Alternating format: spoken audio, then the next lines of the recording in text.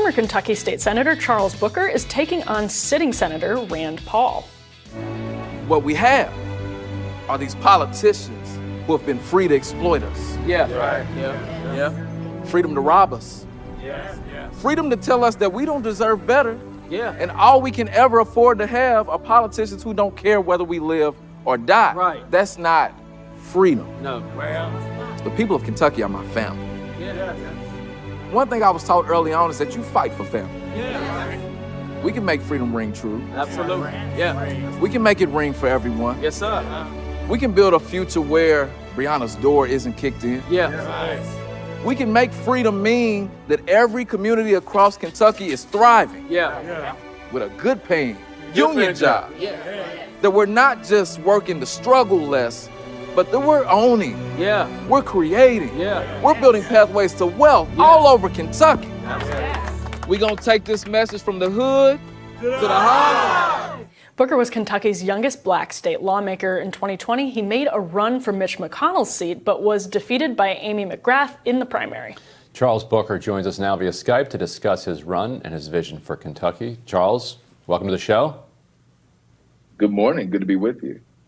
So when you're traveling around Kentucky, I'm curious, what is it about Rand Paul that you find that actually does resonate beyond partisanship? Because when you were planning to run against Mitch McConnell, he had the kind of unique status as disliked by everybody. I mean, plenty of people were willing to vote for him because he's a Republican, because he's Mitch McConnell, because he has power, but nobody really liked him.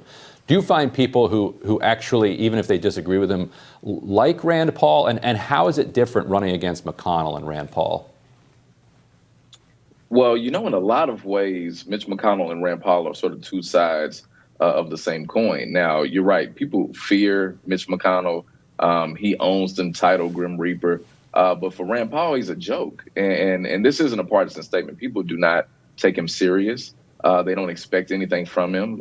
He's sort of amusing to folks, but he is in the office of the United States Senate.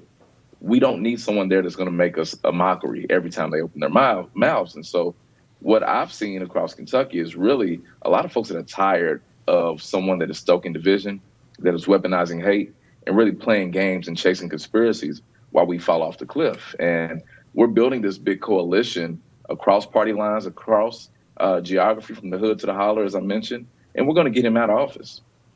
I think something very interesting that Rand Paul taps into is the absolute anti-establishment rage that is percolating in so many communities around the country because the government has failed them and institutions have failed them time and time and again. And I'm thinking right now, back when I was at the Washington Examiner, we interviewed Congressman Thomas Massie, and he said something that's sort of become legendary in circles on the right. He said, all the time when he was campaigning with Ron Paul and Rand Paul, I thought they were voting for libertarian Republicans, but after some soul searching, I realized when they voted for Rand and Ron and me in these primaries, they weren't voting for libertarian ideas, they were voting for the craziest son of a bitch in the race. And Donald Trump won best in class, as we had until he came along.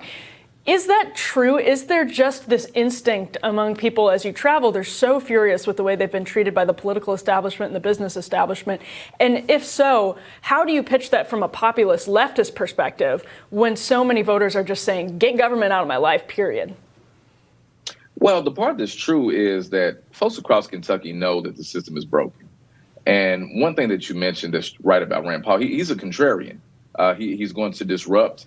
He's going to cause trouble, but he's not going to do it to benefit Kentuckians. He's really doing it to puff up his chest and feel like he's the smartest person in the room. And so although the system is broken, we don't need someone that's just going to make a mockery of it. We need someone that's going to actually make sure the government will work for us. And so the opportunity here is to tell that truth. Yes, the system is broken. You're being robbed. You're being exploited.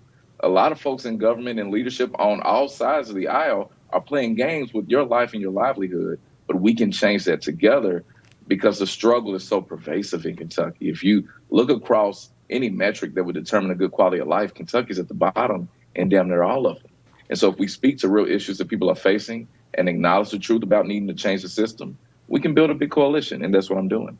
What do you say to political scientists who say that, look, partisanship has just locked Kentucky in? The Lord Jesus Christ himself could be reborn and run as a Democrat in Kentucky, and he'd lose by 10 points. I mean, how do you counteract that? Well, you know what? When you speak the truth about issues, I've spoken all over the country about my battle with diabetes. I'm a type 1 diabetic. I've had to ration my insulin. That is not a partisan thing. Having your lights cut off, that's not partisan. Working to take care of your children and do all you can to survive, that's not partisan. And so, you know, our politics are broken, but that means we need to redefine them. And we do that by meeting people where they are and actually talking to folks and listening to them. When you go to Eastern Kentucky, you go to Appalachia, you listen to those miners, they'll tell you they know those jobs are leaving. They know we need to build new economies that are sustainable. And we can win it together if we actually listen to folks. So that's why my message of from the hood to the holler is so powerful, because we're building this coalition that will really shock a lot of folks that don't think change is possible in places like Kentucky.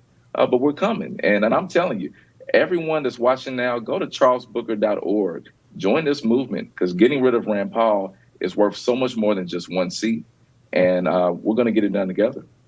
The difference between Rand Paul and Mitch McConnell is immense in terms of their relationship to the Republican Party's establishment. And I wonder how Rand Paul's contrarianism, as you said earlier, how that makes it, if it makes it challenging or more challenging to run against somebody who is willing to speak out against his own party's establishment and who does have disagreements with his party when it comes to policing, when it comes to various issues. You can kind of go down the line there. Is it much more difficult to run against somebody like Rand Paul, who does have that sort of flavor of anti-establishmentism in his background, than it is Mitch McConnell? You know, I think it's not harder, but it is a different type of dynamic, because Mitch McConnell really positions himself as an arch villain. And Rand Paul is, again, he's someone that sort of hides. He'll cause a disruption and then sort of fade away into the darkness. You know, any issue, you pick it. If he's speaking up on it, it's not because he's pushing for solutions. And so at this moment in time, this is really bigger than him. I mean, he is a joke, and folks are really tired of him, but it's bigger than him. You know, we're still dealing with this pandemic. We had historic levels of unemployment here. The bottom was falling out for so many folks that are still trying to fight to get ahead. And a message about us ending poverty, a message about us making sure that everyone can have pathways to wealth and ownership and thrive all over Kentucky, is something that people want. And that's why we're going to win.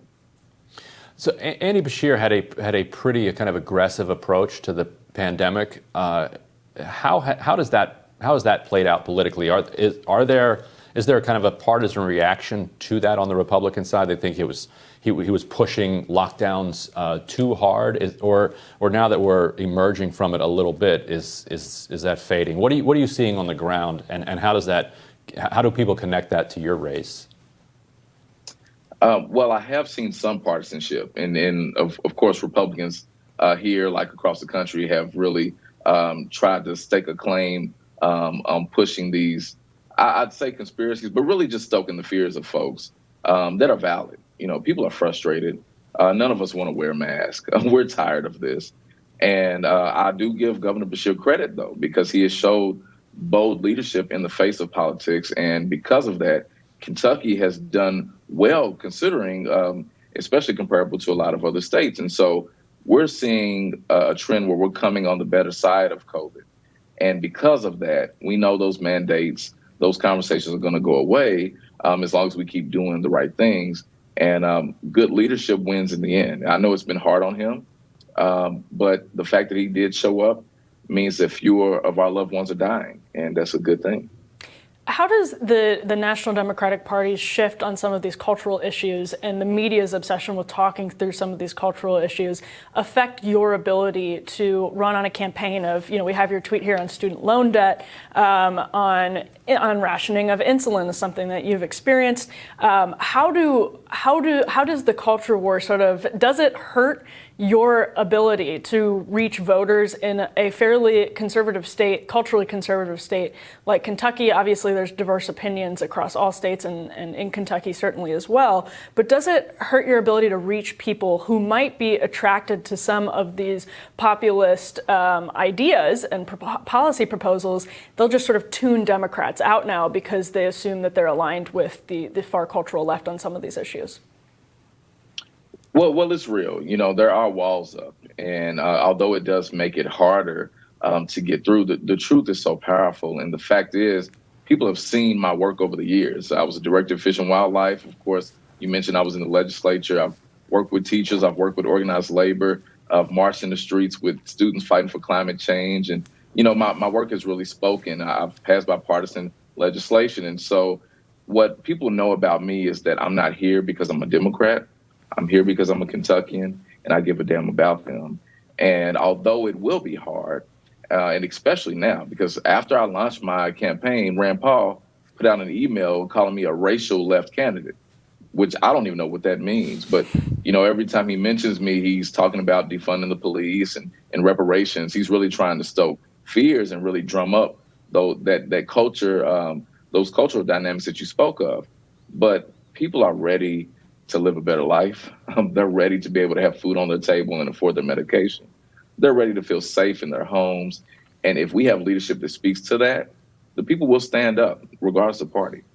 And Charles, while we have you here, I've seen you taking a little bit of flack on social media over the March for Medicare for All. I think you were going to speak and then pulled out over a scheduling conflict. People are saying that you pulled out and the scheduling conflict was a fig leaf. Can you talk a little bit about what happened there? Because I haven't been able to follow it terribly closely. Yeah. So one thing that I haven't been secretive about at all is that I'm expecting another baby girl, actually any day now. So I have my overnight bag packed and ready. And so when this event was brought up, there was a miscommunication with my team on we're not doing a lot of traveling going into the end of this week because I got to be ready to hop in the car and make sure my wife gets to the hospital. So we've adjusted my schedule across the board because of that. But my record is clear. I fully support Medicare for all. I nearly died because I couldn't afford my insulin. It's an economic policy just as much as a healthcare policy. I will not back down on that. And once I get to the United States Senate, I'm going to fight like hell for Medicare for everyone. Well, that sounds like a pretty legitimate excuse, and congratulations and good luck. And I'm sure you'll be getting an apology any minute from the angry Twitter corners when they realize the mistake that they made. I understand. This is a very important issue, and I'm proud of folks standing up to push, make sure that we can all be healthy and live a gainful life. And I'll be there for the long run. Charles Booker, thank you so much for your time this morning. Thank you. And we'll have more Rising after this. Don't forget to like, share, and subscribe so you never miss any of our new stuff.